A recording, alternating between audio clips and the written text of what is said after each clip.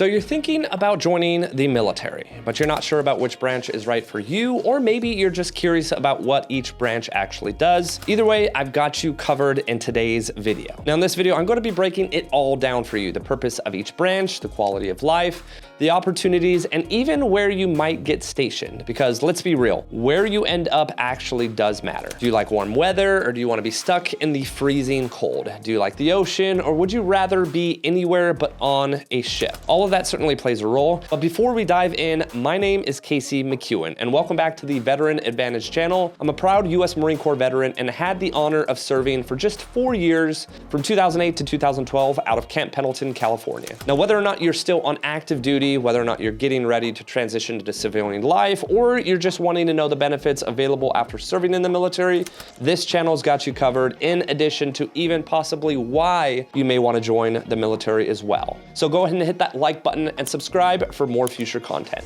But let's go ahead and start first with the Army. Obviously, if you're in the Marine Corps, or if you are a Marine Corps veteran, you understand that we trash talk the Army, which is indeed the largest branch, but the Army's job is to fight and win wars on land. It's been at the center of major conflicts throughout history, meaning World War II, D-Day, Somalia, you name it. If you want to be on the ground in the action, the Army may be the best fit for you. But then there's the Navy.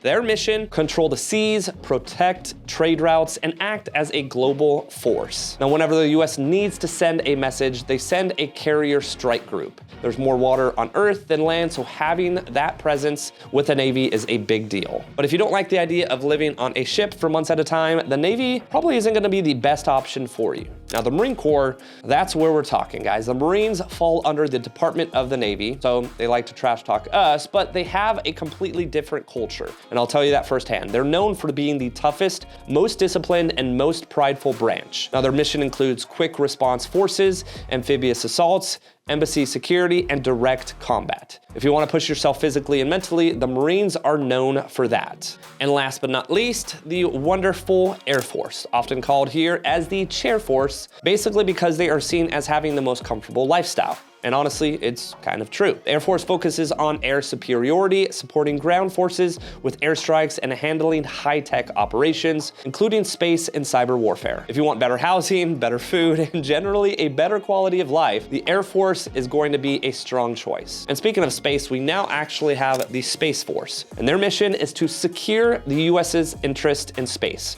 monitor satellites, track potential threats, and handle communications. If you're into tech, space, and strategy, it could be an interesting option. Now, to give you my personal experience, I obviously mentioned already I'm a Marine Corps vet. I didn't even go into the Army's office. I didn't visit a Navy office. I didn't even speak to anyone at the Air Force. I had one branch and one branch only, and that was going to be the Marine Corps if I decided to join. Technically, I got recruited a lot out of high school, typical recruiters and what they'll do. And now, I didn't really have any desire to join the military though, because as always, I wanted to go to college, just like everyone out of high school. Now, obviously, life has different plans for a lot of folks out there. And about a year after I got out of high school, I only attended a small community college. I decided that life was just not where I wanted it to be, and I decided on a whim to join the Marine Corps and was shipped off to boot camp just 2 weeks later. But what made me make that decision? Well, life circumstances. I had a very good mentor in my life that was a Marine Corps veteran, very, very pride in the time of service that he spent. He was actually close to retirement, still a very, very big advocate of the Marine Corps. I then also had a family member that I had a decent relationship with that was a Marine as well. And just the overall persona, as I mentioned earlier, if you want a challenge, which I was always big into competition and just being physically fit, the Marine Corps was the place to go. Now, at the age of 19, I definitely wasn't thinking about pay. I wasn't thinking about quality of life. I wasn't thinking about much more than just trying to be, at the end of the day, a badass. Well, let's go ahead and jump into the quality of life, because it's definitely not going to be the same at all branches, okay? The Marines and Army are going to be the most physically demanding. You'll be waking up early, doing PT potentially every single morning, and spending a lot of time in the field, especially if that is your MOS or job. Now, discipline is also a big part of the culture of both the Army and the Marine Corps, and there's a lot of hands-on training. Now, the Navy and Air Force tend to be a little bit more relaxed depending on your job. The Air Force in particular has the best facilities, the best housing, some of the best location. If you're looking for more of that 9 to 5 feel with military benefits,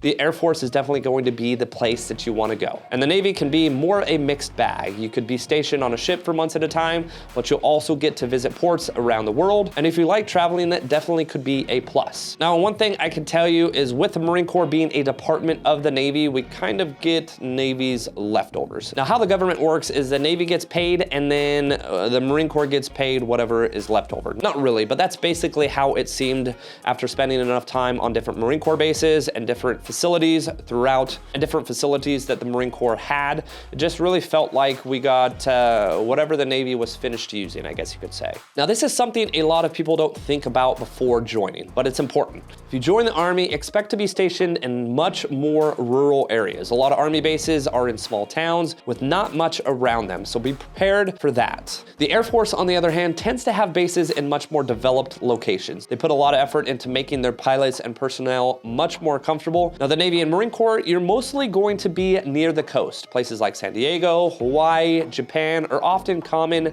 duty stations for Marines and Navy sailors. And here's even a fun fact. The Air Force personnel get extra pay when they're stationed on an Army base because Army living conditions are technically considered rougher. And actually, to give you guys a little bit of a backstory about me, now as I mentioned earlier, only did 4 years enlisted active duty from 2008 to 2012. I got out with the intention of being able to go back in the military, but I was not gonna go back in the Marine Corps. So that should speak volumes in itself. Not that I wasn't proud of being a Marine, but I wanted to make the military my life. I wanted to go back to college, get my degree, go through OCS, and become an officer in the Air Force because I wanted to be able to have that much more comfortable lifestyle that those individuals that I saw in the Air Force have. But I also wanted to make a reasonable amount of income. And even though that didn't pan out, that should probably speak to kind of the different lifestyle of individuals in the Air Force, Navy, Army, and Marine Corps. The fact that I was willing to get out of the Marine Corps and go back into the military, but not the Marine Corps, but rather the Air Force. As I said before, I'll just let that speak for itself. Now let's talk about opportunities. If you want a shot at high-speed training, like Airborne, Special Forces Selection, or elite schools, the Army is probably going to be your best bet. Now, whether or not you actually succeed and make it through those specialized training options, that's a completely different story. Now, the Navy has its own elite paths too, like becoming a Navy SEAL, but if you don't make the cut, you could end up with a completely different job, something that you might not actually have signed up for. And I can't tell you how many people that I saw sign up for Special Forces or to become a Navy SEAL, and they wind up being a cook. Yes, a cook. Now, regardless of the branch, tuition assistance is a huge benefit. While on active duty, you can still take college courses for free. You can earn a degree without touching your GI Bill. And that way, when you get out, just like myself, you can use your GI Bill for a master's degree instead of just a bachelor's degree. Now, promotions also vary by branch. The Air Force is known for being much more competitive when it comes to ranking up, while the Army and Marines tend to promote a little faster depending on your job. Now, let's go ahead and clear up a common misconception here, guys. Base pay is the same across all branches, but the difference here comes in bonuses, allowances, and extra pay. For example, if you're in the Army and you go airborne, you get jump pay. If you deploy, you get hazard pay. If you're in the Navy, you might get sea pay, and depending on the circumstances, spending extended time on a ship could also warrant additional pay.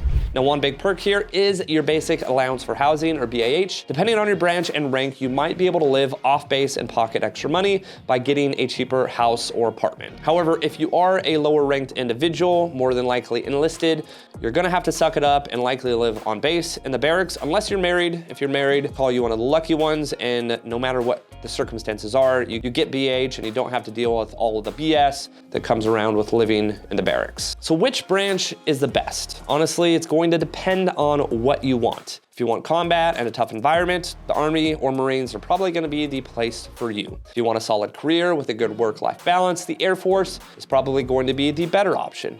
If you want to see the world and you don't mind being on a ship, the Navy could be a great experience for you as well. And if you want high-tech operations, Space Force might be worth considering as well. At the end of the day, though, the priority is going to be in your hands. Military is what you make of it. Go in with a plan, use your benefits, and take advantage of the opportunities available. I have nothing negative to say about any of the branches, regardless if it was the Marine Corps that I actually served in, the Air Force that I attempted to get back into, or either of the remaining branches. I'm a huge advocate of the US military and all things that it has done for me in my life. Obviously, that's the main reason why this channel exists, to be able to give back back to individuals that are either A, looking at joining, potentially already in and on active duty or in the reserves, or you're an individual that has gotten out and just subscribe to the channel with the intention of learning as much as you can as a veteran. If you do have any questions about each branch specifically, obviously I only served in the Marine Corps. I could go on for hours about my time spent in the Marine Corps. I don't want to make that a video in itself. It's probably an entire movie, but I have a ton